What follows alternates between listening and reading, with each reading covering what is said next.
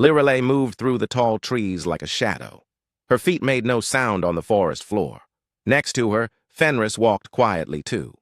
The big silver wolf was her best friend and hunting partner.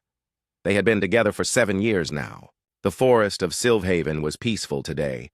Birds sang in the trees above them. Sunlight came through the green leaves in bright spots. Lirelei loved this place. It was her home. Her people had lived here for thousands of years. She stopped and put her hand on Fenris's head. The wolf's ears were up. He heard something. Lirelei listened too. There was a strange sound coming from the sky. It was not like the sound of birds or wind. It was metal and cold. "What is that, boy?" she whispered to Fenris. The wolf looked up at the sky and made a low growling sound. His fur stood up on his back. Lirelei had never seen him act like this before. Something was wrong. She climbed up a tall tree to see better. When she reached the top, she looked at the sky and her heart stopped. Black ships were coming down from the stars. They were huge and ugly. They looked like giant insects with metal wings. Lirelei had heard stories about ships like these. The old people in her village told tales of the Kreks. They were monsters that came from far away to take over worlds. They destroyed everything in their path. "No," she said to herself. "Not here. Not our home." She climbed down fast. Fenris was waiting for her. His yellow eyes were full of worry. "We have to warn the village," Lirelei told him. They ran through the forest as fast as they could. Lirelei's long legs carried her over fallen logs and around big rocks. Fenris kept up with her easily. They had run together like this many times before, but they were too late. When they got close to the village, they saw fire. Orange flames were eating the wooden houses. Black smoke filled the air. Lirelei could hear people screaming. "Mother! Father!" she called out. She ran toward her family's house, but Fenris caught her arm with his teeth. He pulled her back into the trees. Good thing he did. 3 Kreks soldiers came walking out of the smoke. They were tall and thin with 6 arms each. Their skin was black and shiny like bugs. They carried big guns that glowed red. Lirelei hid behind a tree and watched. The Kreks were looking for people. When they found someone trying to hide, they shot them with their red guns. The people just fell down and did not get up again. Tears ran down Lirelei's face. These monsters were killing her people, her family, her friends, everyone she loved. One of the Krek soldiers turned toward the trees where she was hiding. Its big black eyes looked right at her. It made a clicking sound with its mouth and pointed its gun at her. Lirelei jumped to the side just as the red light shot past her head. The tree behind her caught fire. She rolled on the ground and came up running. Fenris was right beside her. "This way," she told him. They ran deeper into the forest. Behind them, she could hear the Krek soldiers coming after them. Their metal feet made loud sounds on the ground. They were fast, but Lirelei knew these woods better than anyone. She led Fenris through a maze of trees and rocks. They jumped over a small river and climbed up a hill. The Kreks were still following them, but they were falling behind. Lirelei found a good hiding spot in some thick bushes. She and Fenris lay down and tried to be very quiet. The Krek soldiers ran past them without looking. When it was safe, Lirelei sat up. She was breathing hard. Her heart was beating fast. "What do we do now?" she asked Fenris. The wolf looked at her with his wise eyes. He seemed to understand that their world had changed forever. Lirelei stood up and looked back toward her village. The fires were getting bigger. More black ships were coming down from the sky. The Kreks were taking over her world. "We have to find other people," she said. "Other elves who got away. We have to fight back." For 3 days, they moved through the forest. They saw more Kreks ships and soldiers everywhere. The monsters were cutting down trees and building ugly metal buildings. They were changing Sylvhaven into something dark and terrible. Lirelei found some other elves who had escaped. There was Old Thorn with his white beard. There was young Mira, who was only 16. There was Kale, who had lost his whole family. About 20 people in total. They hid in caves during the day and moved at night. They had very little food and water. Everyone was scared and sad. Some people wanted to give up. "We should surrender," said one elf. "Maybe they will let us live." "No," Lirelei said. "The Kreks do not let anyone live. They destroy everything. We have to keep fighting." On the 4th day, things got worse. Lirelai was looking for food when she heard Fenris howl. It was a warning howl. Krex soldiers had found their hiding place. She ran back to the cave as fast as she could. When she got there, she saw her people running in all directions. The Krex were shooting their red guns. People were falling down. "Fenris!" she called. The big wolf came running to her. Blood was on his silver fur. He had been fighting the Krex to protect the others. "Good boy," she said. "You did good." But now they were surrounded. Krex soldiers came out of the trees from all sides. Their guns were pointed at Lirelai and Fenris. There was nowhere to run. Lirelai pulled out her bow and arrows. She was a good shot, but arrows would not do much against those big guns. She knew this was the end. "I am sorry, Fenris," she whispered to her friend. "I am sorry I could not save our home." The wolf pressed against her leg. He was not afraid. He would fight with her until the end. The Krex leader made clicking sounds. All the soldiers raised their guns at the same time. Red lights started to glow. Lirelai closed her eyes and held Fenris tight. She was certain this was the end. In a few seconds, she would be dead. She would never see her family again.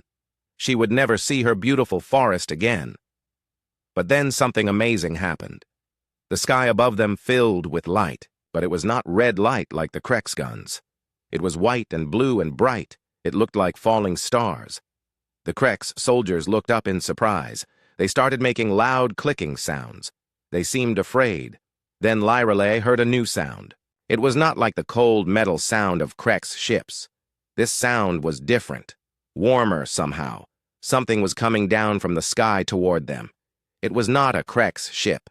It was something else. Lirelai opened her eyes and looked up. She saw figures dropping down from the bright lights. They had some kind of flying packs on their backs. They were coming down fast like birds. The first one landed right in front of her. It was wearing strange armor and carrying a weapon she had never seen before. When it took off its helmet, Lirelai saw something that made her gasp. It was not a Krex. It was not an elf either. It was something new, something different. It was a human woman with short brown hair and kind brown eyes. "Are you hurt?" the woman asked, in a voice that was gentle but strong. Lirelai could not speak. She just stared. More humans were landing around them. They were fighting the Krex soldiers with weapons that shot blue light instead of red. The woman reached out her hand to Lirelai.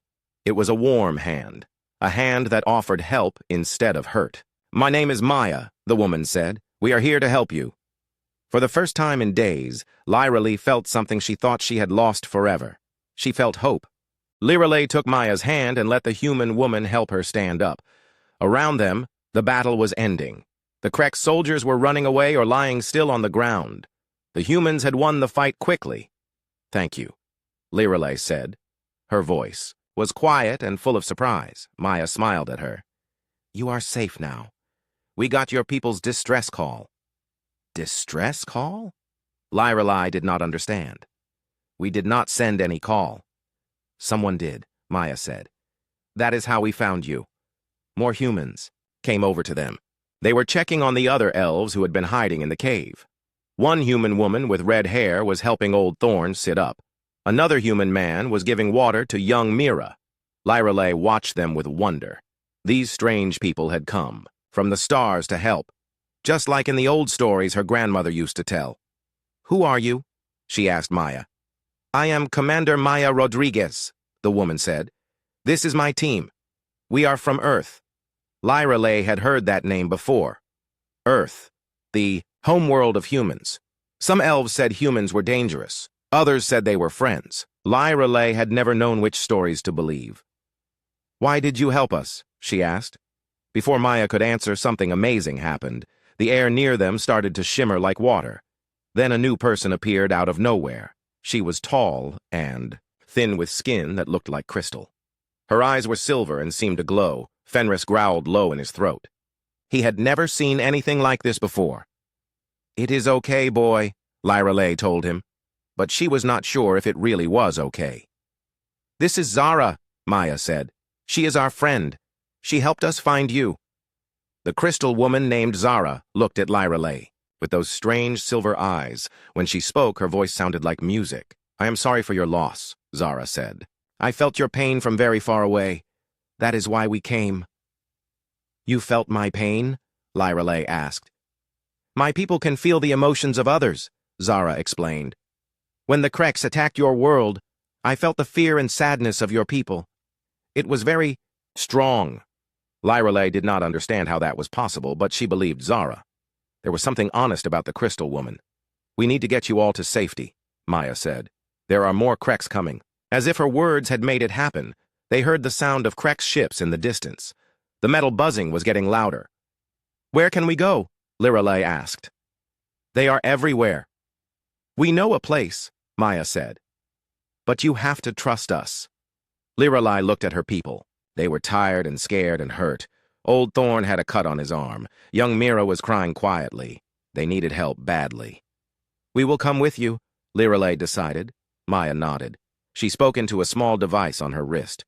"Rodriguez to Meridian. We need pickup for 23 people." "Copy that, Commander," came a voice from the device. "Transport coming down now." Lyrelay heard a new sound from above. It was different from the Kreks ships. This sound was quieter and smoother. She looked up and saw a metal ship coming down through the trees. But this ship was not ugly like the Kreks ships. It was clean and bright. The ship landed in a clearing near the cave. A door opened in its side and more humans came out. They had bags of medical supplies and food. "Let's go," Maya said. Lyrelay helped her people walk to the ship. Fenris stayed, close to her side. He did not trust these new people yet, but he trusted Lyrelay. Inside the ship, everything was clean and bright. There were soft seats and windows to look out of. Lyrelay had never been inside any kind of flying ship before. It was exciting and scary at the same time. A human woman with kind eyes came over to them. She had a bag full of medical tools. I am Dr. Lisa Chen," she said. "I want to help anyone who is hurt." The doctor looked at Old Thorn's cut arm and cleaned it carefully. She gave medicine to people who were sick. She even looked at the blood on Fenris's fur and put special cream on his scratches. "Your wolf is very brave," Dr. Chen told Lyrelay. "He is not just a wolf," Lyrelay said. "He is a Vorthak. They are smarter than wolves." "I can see that," the doctor said. "His eyes are very intelligent." As the ship flew away from the forest, Lyrelay looked out the window. She could see her home getting smaller below them. Smoke was still rising from the burned villages. Kreks ships were flying around. "Like angry insects. Where are we going?" she asked Maya. "To our ship," Maya said. "The Meridian. It is big enough for all of you." "And then what?" Maya sat down next to Lyrelay. "Then we figure out how to fight back." "Fight back?" Lyrelay felt hope again. "You mean we can still win?" "Maybe," Maya said. "But we will need to work together. Your people know things about the Kreks that we do not know, and we have weapons and ships that might help." Lyrelay thought about this. Working with humans and crystal people like Zara. It sounded impossible. But then again, a few hours ago she thought she was going to die. Now she was flying through the sky in a magic ship. "My people do not trust easily," she told Maya. "I understand," Maya said. "But sometimes we have to try new things when old ways do not work." The small ship flew up and up until they were above the clouds. Then Lyrelay saw something that took her breath away. A huge ship was floating in the darkness of space. It had lights all over it like stars. It was the most beautiful thing she had ever seen. "That is the Meridian," Maya said with pride in her voice. "It is wonderful," Lyrelay whispered. Soon they were inside the big ship. The halls were wide and bright. There were humans walking around doing their jobs. They all looked at the elves with curiosity, but they were polite and kind. Maya showed them to a large room with many beds and tables. "You can rest here," she said. "There is food and water, clean clothes, everything you need." As her people settled down on the soft beds, Lyrelay felt strange. This was the nicest place she had ever been. The humans were being so kind to them. It did not make sense. "Why are you doing this?" she asked Maya. "We are strangers to you." Maya was quiet for a moment. Then she said, "Because it is the right thing to do. When someone needs help, you help them. That is what my people believe. Even if helping us puts you in danger, Even then, Maya said, Old Thorn came over to them. He had been listening to their talk. Commander Maya, he said in his deep voice, I am Elder Thorn. I speak for these people. It is good to meet you, Elder, Maya said with respect. I must ask you something important, Thorn said. What do you want from us? Nothing is free. Everyone wants something. Maya looked him in the eyes. We want to stop the Kreks from destroying more worlds. We want to save lives. That is all. Thorn studied her face for a long time. Finally, he nodded. I believe you, he said. But my people have been hurt badly. It will take time for them to trust. I understand, Maya said. Zara came into the room then. She moved like she was floating. Her crystal skin caught the light and made rainbow colors on the walls. The Kreks ships are leaving Sylvhaven, she said. But they are not going far. They are building something on the far side of your world. Building what?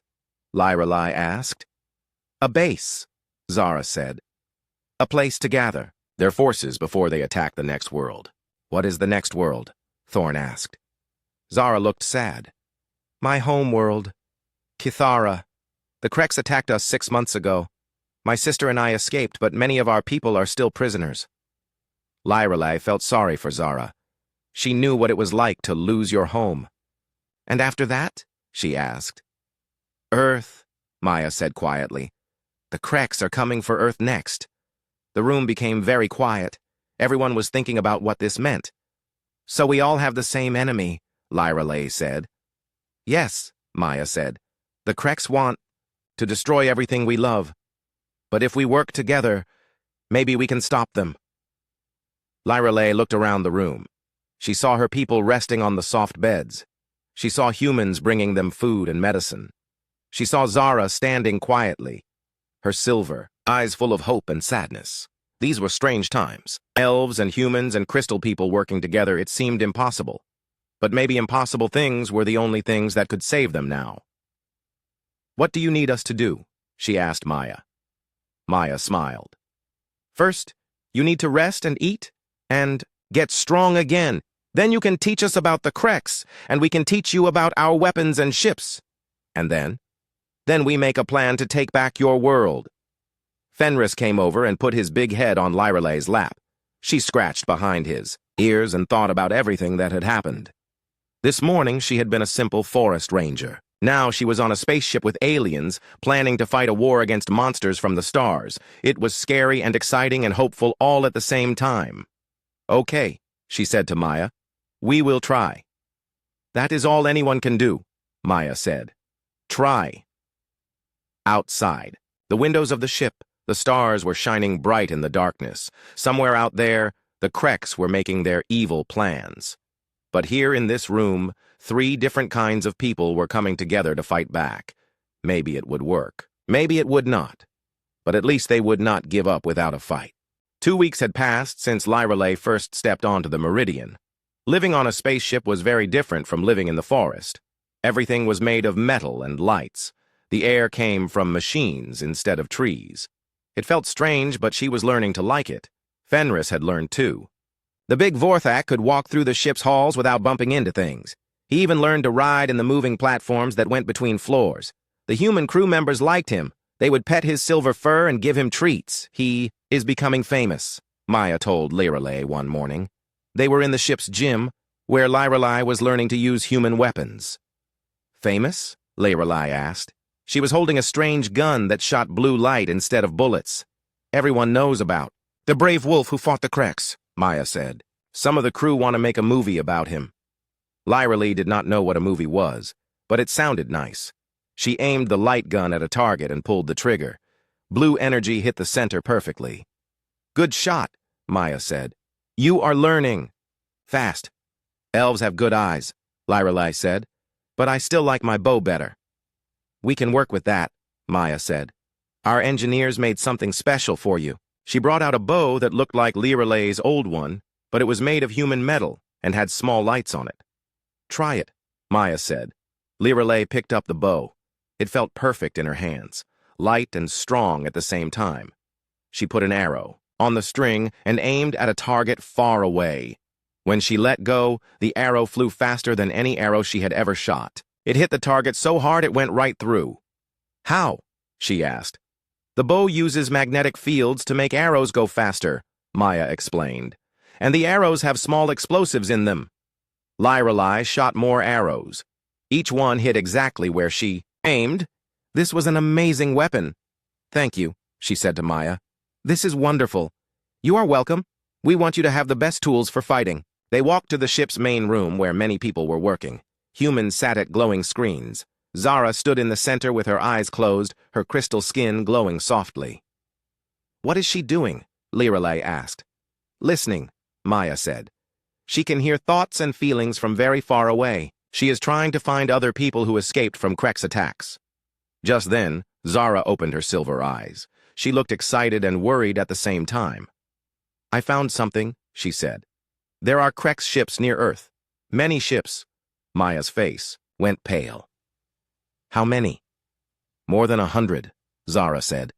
"They are hiding behind Earth's moon, waiting." "Waiting for what?" "For their main fleet to arrive. The fleet that attacked my world and your world." Maya ran to a communication screen. She pressed buttons quickly and spoke into it. "Meridian to Earth Command. Priority 1 message."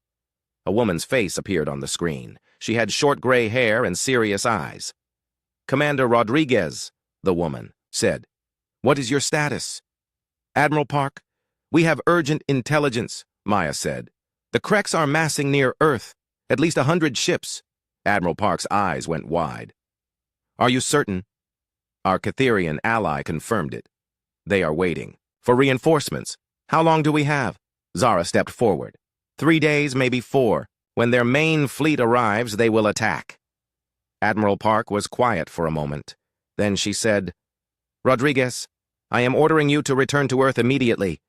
We need every ship we can get." Maya looked at Lorelei and then back at the screen. "Admiral, we are working with survivors from Sylvhaven. They have valuable intelligence about Krek's tactics. Bring them with you. We need all the help we can get." The screen went dark. Maya stood very still for a moment. "What does this mean?" Lorelei asked. "It means we are going to war," Maya said, "within hours." The Meridian was moving fast through space toward Earth. Lorelei had never traveled so fast before. The stars outside looked like long lines of light. She found Maya on the ship's command deck, looking out at the stars. Maya looked worried and sad. "Are you afraid?" Lorelei asked. "Yes," Maya said. "Earth is my home. My family lives there. If we lose this battle—" She did not finish, but Lorelei understood. She put her hand on Maya's shoulder. "We will not lose," she said. "We know how to fight the Kreks now." "Do we?" Maya asked. "They have so many ships, so many soldiers." "But they do not have what we have," Lorelei said.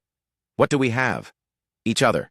Humans and elves and Catherians working together. The Kreks do not understand friendship. That is their weakness." Maya smiled a little. "When did you become so wise?" "I learned from watching you," Lorelei said. "You saved my people when you did not have to. You gave us hope when we had none. That is true strength." Zara came onto the command deck then. Her crystal skin was glowing brighter than usual. "I have news," she said. "Good news and bad news." "Bad news first," Maya said. "The Krek's main fleet has arrived at Earth. The attack will begin tomorrow." "And the good news? I found my sister. She is alive and free. She is bringing other Catherian ships to help fight." Lorelei felt happy for Zara. It was good to know that families could be reunited, even in war. "How many ships?" Maya asked. 20, Zara said. "Not many, but Catherian ships are very advanced." "Every ship helps," Maya said. Old Thorn came onto the command deck. In the past 2 weeks, he had learned to move around the ship without help. He was tougher than he looked. "Commander Maya," he said, "my people want to fight with you." "Elder Thorn, you do not have to—" "Yes, we do," Thorn said firmly. "The Kreks destroyed our homes. They killed our families. We want revenge. But more than that, we want to protect other people from the same pain." Maya nodded.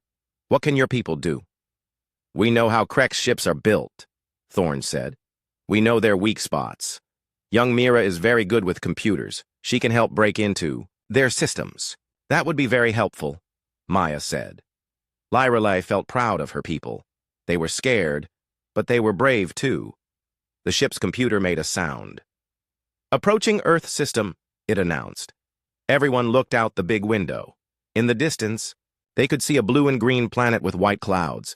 It was beautiful, like Sylvhaven but different. Your world is lovely, Lyrelei said to Maya. Thank you, Maya said. I hope we can save it. Around Earth, they could see many ships. Some were human ships, clean and bright like the Meridian. Others were different shapes and colors. These must be the Cytherian ships that Zara's sister brought. But hiding behind Earth's moon, they could see the dark shapes of Krek's ships. There were so many of them. They looked like a cloud of angry insects. How do we fight so many? Lyrelei asked. Together, Maya said. All of us together. The Meridian flew toward a huge space station near Earth. It was bigger than any building Lyrelei had ever seen. Ships were flying in and out of it like busy bees. That is Unity Station, Maya explained. It is where all the different species meet to work together. When they got to the station, Lyrelei was amazed. There were humans and Cytherians working side by side. There were also people from other worlds that she had never seen before. Some had blue skin, some had extra arms, some looked like walking trees. So many different people, she said. The galaxy is a big place, Zara said. Many species want to be free from the Kreks. They went to a big meeting room where all the ship captains were gathered. Admiral Park was there talking to a Cytherian woman who looked like Zara but older. That is my sister Kess, Zara said happily. The sisters hugged each other. Their crystal skin glowed brighter when they touched. Admiral Park saw Maya and walked over to them. Commander Rodriguez, she said. I am glad you made it safely. Admiral, this is Lyrelei and Elder Thorn from Sylvhaven, Maya said. Admiral Park shook their hands. I am sorry for what happened to your world, she said. We will make the Kreks pay for it. Thank you, Thorn said. We want to help, however. We can. Good, Admiral Park said. We need every advantage we can get. The meeting began. Admiral Park showed a map of space around Earth. Red dots showed where the Kreks ships were hiding. They have over 300 ships, she said. We have 80 human ships, 20 Cytherian ships, and some smaller vessels from other worlds. We are outnumbered 3-1. Everyone in the room looked worried. Those were bad numbers. But, Admiral Park continued, we have something they do not expect. Intelligence from survivors who fought them before. She looked at Lyrelei and Thorn. Tell us about Krek's weaknesses, she said. Thorn stood up. Krek's ships have thick armor on the front and sides, he said. But the back parts are weaker. If you can get behind them, you can do more damage. Also, Lyrelei added, they attack in swarms. They do not work well alone. If you can separate their ships, they get confused. Young Mira spoke up too. Their computer systems all connect to each other. If we can hack into one ship, we might be able to affect many ships. Kess, Zara's sister, had an idea. My people can use our mental abilities to confuse their pilots. If we work together, we can make them think they are seeing things that are not there. Admiral Park listened to all of this carefully. These are good ideas, she said. Let us make a plan. For hours, they worked together. Humans, elves, and Cytherians sharing ideas, making plans, learning to trust each other. Lyrelei watched Maya during the meeting. The human woman was smart and brave. She listened to everyone's ideas, even the strangest ones. She treated everyone with respect, no matter what species they were from. The morning of battle came too soon. Lyrelei woke up to the sound of alarms ringing through the ship. Red lights were flashing in the halls. Everyone was moving fast and talking in urgent voices. They are coming, Maya said when Lyrelei found her on the command deck. The Kreks fleet is moving toward Earth. Through the big window, Lyrelei could see the enemy ships. They looked like a black cloud moving across the stars. There were so many of them, more than she had ever imagined. How long until they reach Earth? She asked. 2 hours, Maya said. We need to be ready.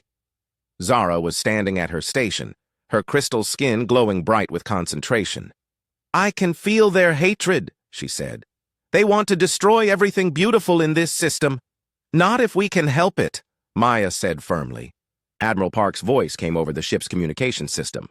All ships, this is Fleet Command. Take your positions. Remember, we are not just fighting for Earth today. We are fighting for every free world in the galaxy. The human and Catherian ships spread out around Earth. They looked so small compared to the massive Krex fleet. But Lyrelai knew that sometimes small things could defeat big things if they were smart and brave. Meridian, you are with Battle Group 3. Admiral Park's voice continued. Your mission is to protect the civilian evacuation ships. Maya nodded. Copy that command. Meridian moving to position. Lyrelai felt the ship turn and accelerate. Through the window, she could see other ships doing the same thing. They looked like a school of fish swimming to face a giant shark. What can I do to help? Lyrelai asked. You and your people can help coordinate our attacks, Maya said. You know Krex tactics better than anyone. Old Thorn and young Mira came onto the command deck. Thorn looked determined despite his age. Mira looked scared but ready to help. Where do you need us? Thorn asked. Mira, can you work with our computer specialists? Maya said. We want to try hacking into Krex systems. I can try, Mira said. Her voice was quiet but steady. Thorn, we need you to watch the battle and tell us what the Krex are planning. Maya continued. I will do my best, the old elf said. Fenris stayed close to Lyrelai. The big Vorthak could sense that something dangerous was about to happen. His yellow eyes watched everything carefully. The Krex fleet got closer and closer to Earth. When they were almost there, they stopped. For a moment, everything was quiet. Why are they waiting? Someone asked. Zara closed her silver eyes and concentrated. After a moment, she opened them again. She looked worried. They are not just planning to attack Earth, she said. They are planning to take it apart. What do you mean? Maya asked. They have a weapon, something that can break a planet into pieces. They want to harvest Earth's core. Everyone on the command deck went quiet. Breaking apart a whole planet was worse than just conquering it. It meant killing every living thing. How long until they can use this weapon? Maya asked. They need time to charge it, Zara said. Maybe an hour. Then we stop them before they can charge it, Maya said. Admiral Park's voice came over the communication system again. All ships, the Krex have a planet-killer weapon. We must attack now before they can use it. The fleet of human and Catherian ships began to move toward the enemy. Lyrelai watched the battle begin. Ships shot bright beams of energy at each other. Explosions lit up space like fireworks. At first, the Allied ships did well. They used the tactics that Lyrelai and her people had taught them. They attacked from behind and separated the Krex ships from each other. It is working, Thorn said happily. Look, they are getting confused. But then something changed. More Krex ships appeared from behind Earth's moon. Hundreds of them. The enemy had been hiding part of their fleet. Trap, Lyrelai said. It was a trap. Now the Allied ships were surrounded. The Krex began attacking from all sides. Human and Catherian ships started exploding. We need to fall back, someone said. No, Maya said firmly. If we retreat, they will charge their planet killer. We have to keep fighting. The battle got worse and worse. Lyrelai watched ships she had come to know disappear in flashes of light. Good people were dying to protect Earth. Then she heard something that made her heart stop. Fenris was making a sound she had never heard before, a sound of pain. She looked down and saw that her friend was hurt. A piece of metal from a damaged wall had cut his side. Blood was flowing from the wound. Fenris, she cried. The big Vorthak tried to stand up, but he was too weak. His yellow eyes looked at Lyrelai with love and trust. Get Dr. Chen, Maya called to someone. Hurry! Dr. Chen came running with her medical bag. She looked at Fenris's wound and shook her head. It is very bad, she said. I need to get him to the medical bay right away. Will he live? Lyrelai asked. Tears were running down her face. I do not know, the doctor said honestly. I will do everything I can. They carried Fenris to the medical bay. Lyrelai wanted to stay with him, but Maya stopped her. He is in good hands, Maya said gently. We still need your help to win this battle. Lyrelai wiped her tears away. Maya was right. If they lost this battle, Fenris would die anyway. Everyone would die. She went back to the command deck. The battle was still going badly. Too many Allied ships were destroyed. The Kreks were getting closer to Earth. "Their planet killer weapon is almost charged," Zara said. 15 minutes. "Can we destroy it?" Maya asked. "It is on their biggest ship," Thorn said. "But that ship is protected by 50 others." Lyra Lee looked at the battle display. The Kreks' command ship was huge and black, sitting in the center of their fleet like a spider in a web. "What if we do not attack it directly?" she said. "What do you mean?" Maya asked. "You said Mira was trying to hack their computers. What if she could turn some of their ships against the others?" Maya's eyes went wide. "Mira, can you do that?" Young Mira looked up from her computer station. "Maybe," she said. "I found a way into their network, but I need more time." "How much time?" 10 minutes to hack one ship, 20 minutes to hack several ships." "We do not have 20 minutes, Maya said. Lyra Lee had an idea, a dangerous idea. "What if some of us attack the command ship directly?" she said. "Not with the Meridian, but with small fighter ships. We could distract them while Mira hacks their computers." "That would be suicide," someone said. "Those small ships cannot get through their defenses." "They can if the Kreks are not expecting it," Lyra Lee said. "And if we know exactly where to hit them." She looked at the display again. "Thorn, where is the weakest part of their command ship?" The old elf studied the image carefully. "Here," he said, pointing to a spot near the back. "Their power systems are less protected there." "I can hit that target with my bow," Lyra Lee said. "If someone can get me close enough." Maya stared at her. "You want to fly a fighter ship toward the biggest Kreks vessel in space and shoot it with arrows?" "Yes," Lyra Lee said simply. "That is the craziest plan I have ever heard," Maya said. Then she smiled. "I love it." Within minutes, Lyra Lee was sitting in a small fighter ship. Maya was piloting it. They had 5 other fighter ships with them, all flown by volunteer pilots. "You do not have to do this," Lyra Lee had told Maya. "I can find another pilot." "No," Maya had said. "We are partners now. Partners stick together." As they flew toward the Kreks fleet, Lyra Lee checked her bow one more time. She had only one chance to hit the right spot. If she missed, the planet killer weapon would destroy Earth. "Incoming fighters!" The Kreks fleet noticed them. Enemy ships began chasing them. "Hold on," Maya said. She made their ship twist and turn through space, dodging laser blasts. 2 of their allied fighters exploded, then another one. But they kept going. "Almost there," Maya said. The Kreks command ship was huge in front of them now. Lyra Lee could see the weak spot that Thorn had shown her, but there were enemy fighters all around them, shooting at their ship. "I need to get outside," Lyra Lee said. "Outside? In space?" Maya looked at her like she was crazy. "I need a clear shot. The ship's walls will block my arrow." Maya handed her a spacesuit. "Put this on. It will let you breathe in space." Lyra Lee put on the strange suit. It felt heavy and awkward, but she could breathe inside it. Maya opened a small door in the ship. Space was cold and dark outside. Lyra Lee could see the Kreks command ship in front of them and the beautiful blue Earth behind them. She pulled back her bowstring and aimed carefully. The target looked very small from here. But she had been practicing with this bow for weeks now. She knew she could make the shot. Just as she was about to release the arrow, a Kreks fighter shot their ship. The blast threw Lyra Lee backward into space. "Lyra Lee!" She heard Maya's voice in her suit's radio. She was floating in space now, away from Maya's ship. The Kreks command ship was getting farther away. Soon it would be too far to hit. But then something amazing happened. Another ship came flying toward her. It was not a human ship or a Catherian ship. It was different, smaller and faster. The ship caught her gently and pulled her inside.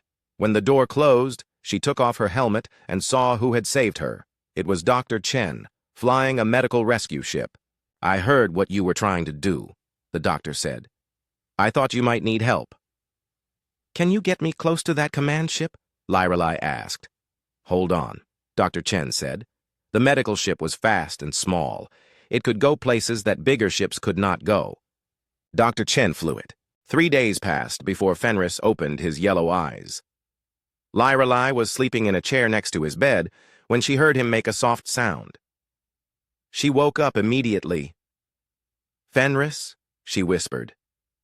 The big Vorthak looked at her and made another quiet sound. It was weak, but it was definitely him. He was alive.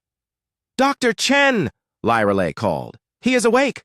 The doctor came running. She checked Fenris carefully, looking at his wound and listening to his heartbeat.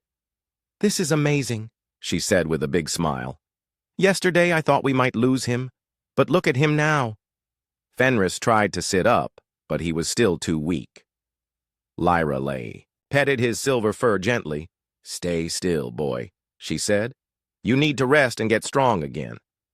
Over the next few days, Fenris got better quickly. Dr. Chen said it was because he had the strongest will to live she had ever seen. But Lyrelay knew the real reason. Fenris got better because humans and elves worked together to save him. Dr. Chen used human medicine to heal his body. Lyrelay sang old elven healing songs to heal his spirit. Even Zara helped, using her mental powers to take away his pain.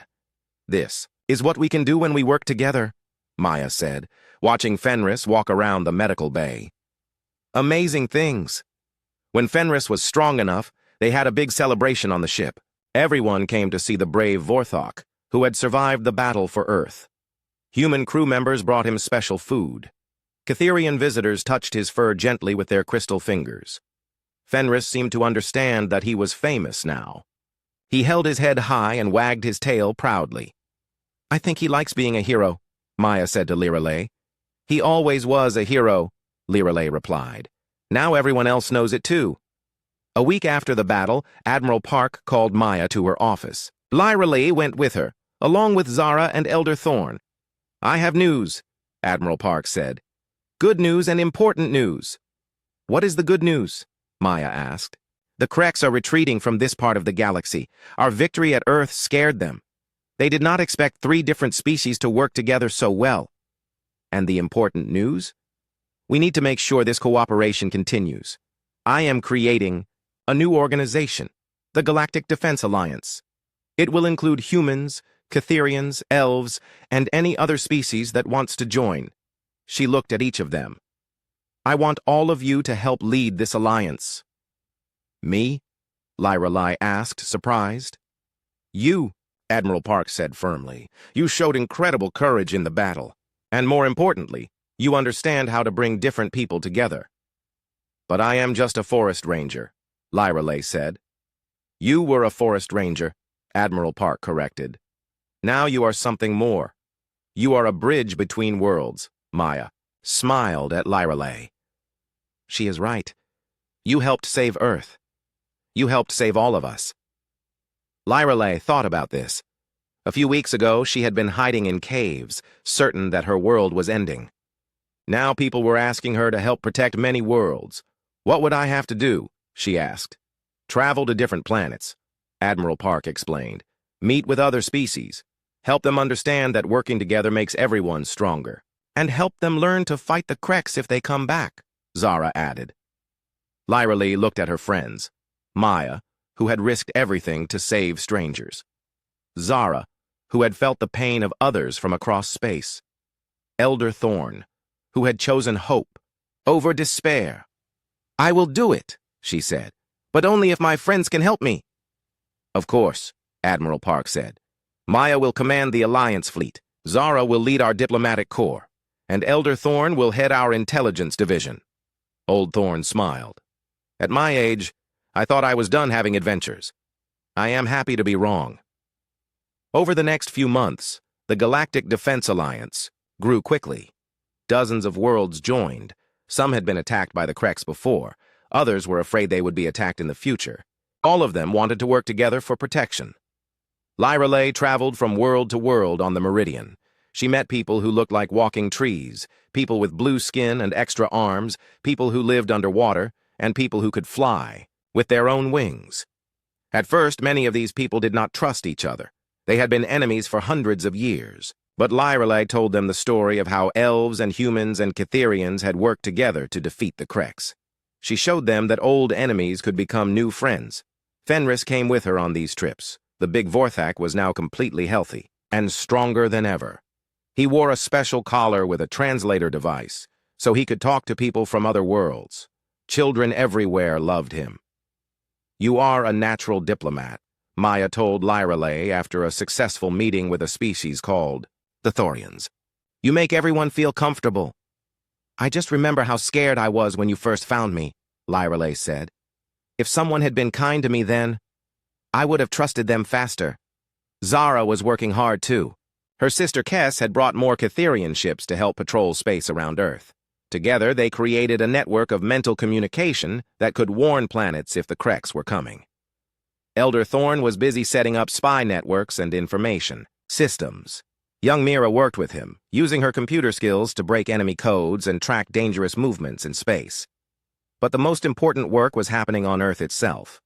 Human engineers were working with elven builders and Catherian scientists to create new kinds of ships and weapons. They were also building something even more important, a new kind of space station. It was called Unity Station, and it was the most beautiful thing Lyreley had ever seen. It had gardens with plants from 100 different worlds. It had meeting rooms where different species could talk together.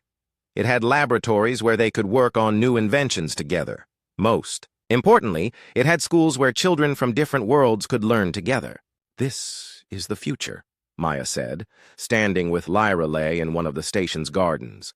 They were watching human children play with young elves and Catherian youngsters. A future where being different is something to celebrate, not fear. Fenris was playing with the children too. He let them ride on his back and taught them how to hunt for hidden toys. The children laughed and giggled as they followed him around the garden.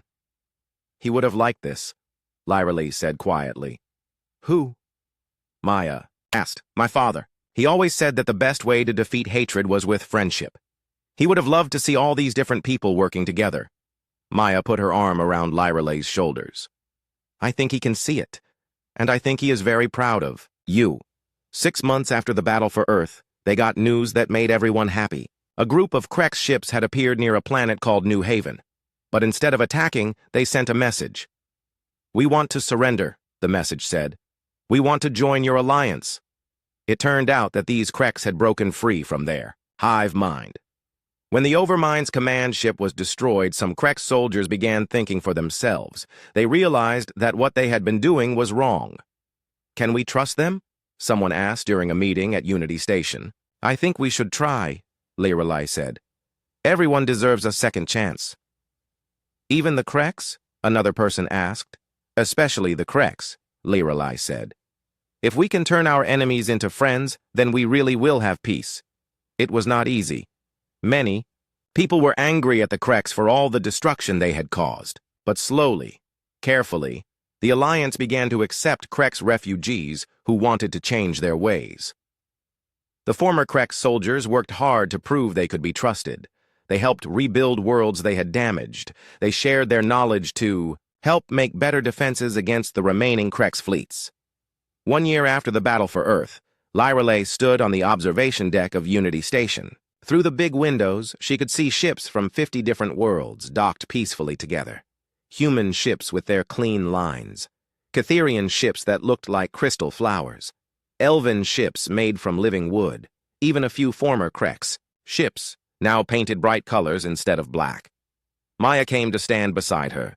They had both changed a lot in the past year. Maya now wore the uniform of an admiral. Lyreley wore the robes of a galactic ambassador, but they were still best friends. Do you ever miss the forest? Maya asked. Sometimes, Lyreley said.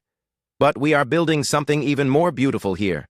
A forest of different peoples all growing together. Fenris came padding up to them. The big Vorthak was wearing a new collar today. It had medals on it from 12 different worlds, all thanking him for his bravery. I think he is getting spoiled, Maya said, laughing. He deserves it, Lyreley said, scratching behind his ears. We all deserve some happiness after everything we went through. Zara appeared in her usual way, the air shimmering around her as she teleported in. She was smiling, which was always a good sign. I have wonderful news, she said. The Galactic Council has voted to make our alliance permanent.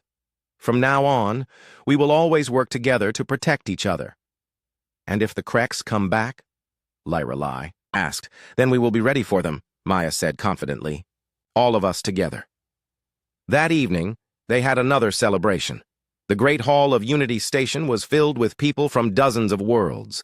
They shared food from their home planets. They told stories in many different languages. They danced to music that mixed the sounds of different cultures. Lyreley found herself thinking about that terrible day when she thought her world was ending. She had been so scared and alone then.